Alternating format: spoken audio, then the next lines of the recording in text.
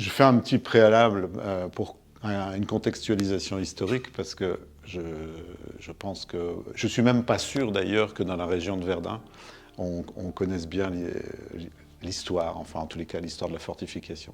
À Villévrard, en 1868, à l'ouverture de l'ancien asile, 2 ans après, il y a des combats dans l'entrée de l'hôpital. Les combats, c'est les Prussiens qui sont, si j'ai bien lu, cachés dans les caves des bâtiments de l'entrée et qui attendent les Français avec le général Blaise en tête. Et c'est un carnage. 1870. Mais avant d'arriver à Villévrard, les Prussiens sont passés par Verdun. Et on sait que, vu les infrastructures et la topographie, c'est que si on passe à Verdun, on arrive à Paris. C'est bien pour ça que la guerre de 14, enfin 1916 plus exactement, a été aussi meurtrière. C'est une telle boucherie à Verdun, puisque de toute façon, les objectifs militaires, c'était que de toute façon, il ne fallait pas passer au-delà de Verdun. Que les Allemands, les Prussiens devenus des Allemands, ne passent pas au-delà de Verdun. Donc, au lendemain de la guerre de 70, puisque les Prussiens étaient passés, est construite la fortification serrée de rivière autour de Verdun. 37 forts sont érigés, un tous les 4 kilomètres, et entre chaque fort, il y a un ouvrage intermédiaire, un ouvrage fortifié, dont celui-ci, qui est l'ouvrage de Froid-de-Terre, qui se trouve à quelques 2 ou 3 kilomètres de l'ossuaire de Douaumont. L'ouvrage de Froid-de-Terre, c'est un bâtiment qui abrite à peu près 120 hommes, et qui sont répartis en 3 chambrées de ce type-là, 40 hommes par chambrée environ. Et ici, on est à l'intérieur d'une de ces chambrées. On voit les chalits sur 2 niveaux. Les hommes dorment sur les 2 étages, 2 par lit, tête bêche. Aujourd'hui, ce site existe toujours et c'est un lieu où je vais très fréquemment parce que c'est un lieu quasi libre d'accès. Et on a cette impression terrible, ce silence terrible, ce silence qui me saisit tant, des hommes dont on a l'impression qu'ils ont quitté les lieux il y a peu. On a l'impression que tout est resté en l'état, tout est resté figé. Donc c'est un lieu où je vais souvent. Et puis cette fois-ci, j'arrive, comme d'habitude, et j'aperçois, il y a cette apparition de lumière sur le mur du fond. Alors ça n'a rien de surnaturel, c'est simplement un événement nouveau qui s'est passé, c'est que l'ouvrage, avec le temps, a fini par prendre l'eau et qu'il y avait des réflexions de lumière qui étaient projetées par les flaques d'eau que je n'avais jamais expérimenté puisque jusqu'alors il était sec. Il n'empêche que cette apparition de lumière me saisit comme ça, je suis très surpris et elle me saisit à tel point que je décide d'en faire une photographie. Pourquoi je décide d'en faire une photographie, je ne sais pas. Simplement parce que le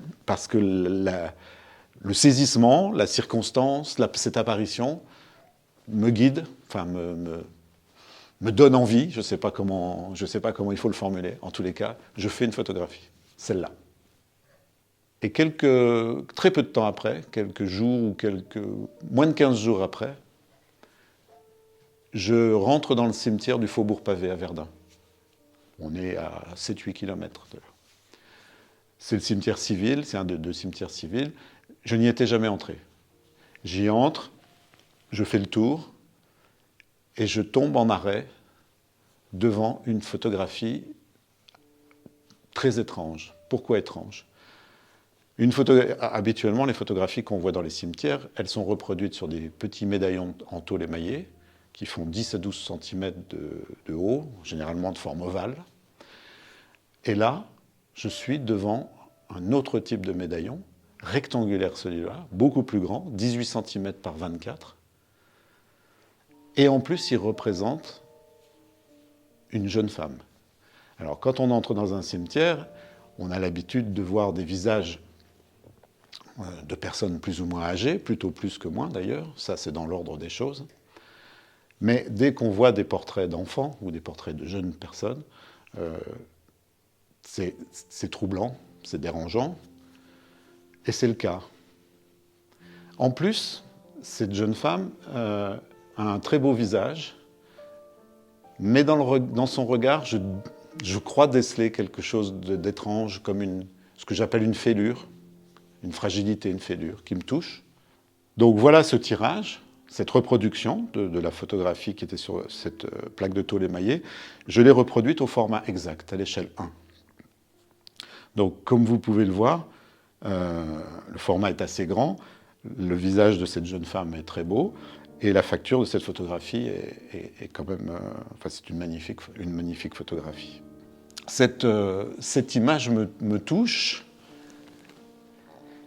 mais je décide que, bon, comme souvent, on se fait distraire par des tas de nouvelles perceptions, par des tas de nouvelles découvertes, etc. Et je me dis, bon, je suis sur mon travail, je suivais un travail de relevé de médaillons de poilu, et je me dis, ça m'écarte de mon sujet, donc j'y penserai plus tard, j'y reviendrai plus tard. Je fais juste une photo qui est une note, comme une note de travail pour savoir que j'y reviendrai.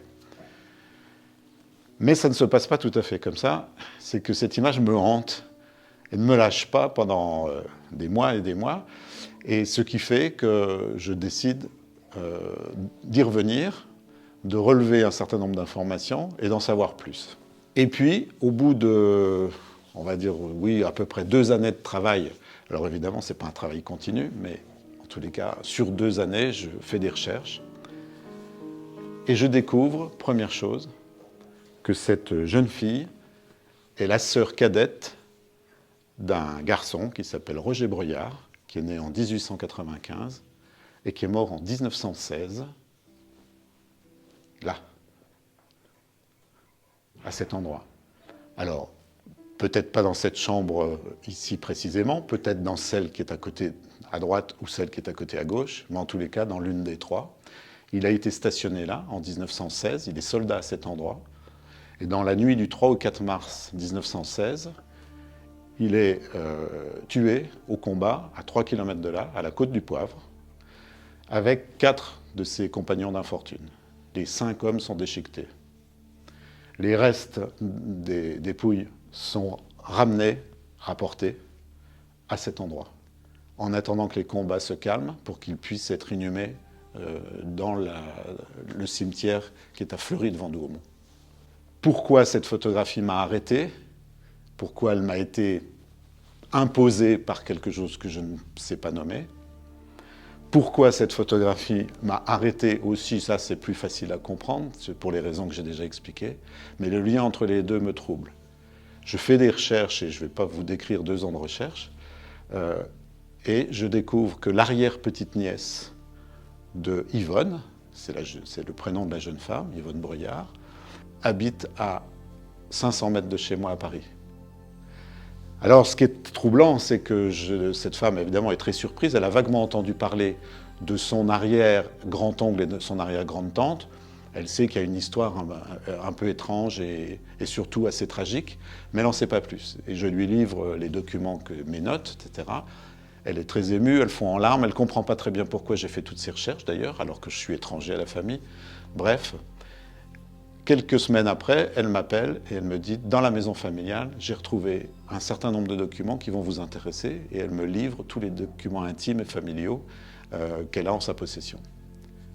L'histoire, c'est que Yvonne, en 1921, est venue se recueillir sur la tombe de son frère à Fleury-de-Vendôme. Elle habitait Melun avec ses parents. Elle vient se recueillir sur la tombe de son frère et finalement s'y suicide. Apparemment, elle a laissé une lettre sur la table de la cuisine, qui, je ne sais, on n'en connaît pas le contenu, mais en tous les cas, le contenu devait être suffisamment inquiétant pour que le papa prenne le premier train pour Verdun. Il la succède de 24 heures, il est trop tard. Il va à la gendarmerie pour faire une recherche et les gendarmes viennent d'apprendre par le garde forestier qu'ils ont retrouvé un corps d'une jeune femme avec un pistolet de, je ne sais plus combien, calibre 38 ou je ne sais plus. Enfin bref, c'est décrit dans tous les documents que j'ai retrouvés. Cette histoire, pour moi, elle illustre ce qui m'arrive en permanence dans mes recherches photographiques. C'est-à-dire que quand une photographie me touche vraiment, quand je m'arrête et que je commence à faire un travail dessus, j'ai une espèce de je découvre tout le temps des contenus d'une histoire, des contenus de choses qui ne se voient pas, qui ne peuvent pas être connues d'avance, des connaissances d'après-coup. Et ces expériences à répétition sont un peu, j'allais dire, presque mon mode de travail, mais malgré moi, parce que je ne décide pas qu'une photo m'intéresse.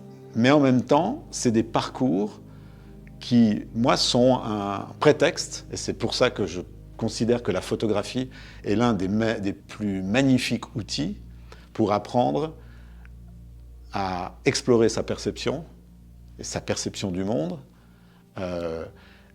explorer sa mémoire, puisqu'il n'y a pas de perception sans mémoire. Et c'est assez étrange, parce que c'est quelque chose à double entrée, c'est-à-dire que c'est à la fois la photographie qui m'y conduit, mais c'est l'exploration du travail que je fais ensuite qui me donne à découvrir toute la richesse qui est contenue dedans, alors que ça ne se voit pas. Donc toutes ces photographies que je collectionne, que je garde et qui pour moi font sens, sont des photographies issues de ces lieux de silence, et d'un silence qui est extrêmement assourdissant, qui est extrêmement bavard et qui contient énormément de mots. C'est un silence qui a énormément de choses à dire. Je crois que juste, il faut l'écouter. Et c'est pour ça que je dis que ma photographie, je pratique une photographie qui est basée sur l'écoute visuelle.